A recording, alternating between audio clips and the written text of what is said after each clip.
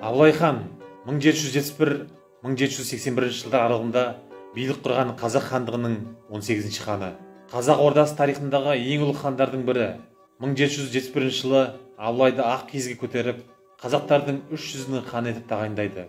18-ші ғасырдың мемлекет қайраткері, қолбасшысы, дипломаты Абылай хан есімі бүкіл қазақстандықтарға белгілі.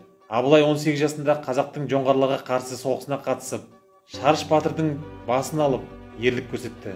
Елді ел қыламын деп талпынып, 300-дің басын біріктіремін деп ту көтерген хан.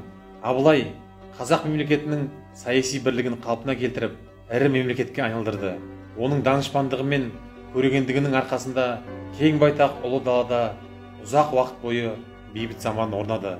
Абылай хан 10 жыл бойы билік жүргізді. Сол уақытты қазақ халқы зор құрметпен еске алады.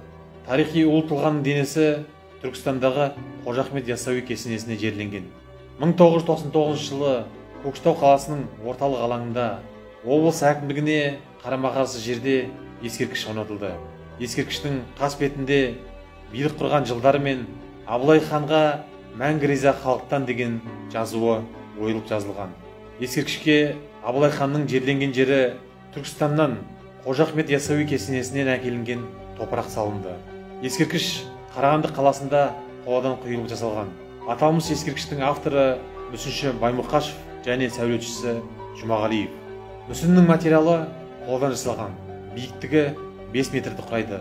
Артындағы қола ағаштың биіктігі 14 метр. Биікке көтерілген төбесінде қанатын жайған лашын құсы бейнеленген. 3 діңгектен қосылып құралған өмір ағашы халықтың бірлігін бейнелейді. Халық жадында Абылай хан тәуелсіз қазақ мемлекетінің символы болып саналады.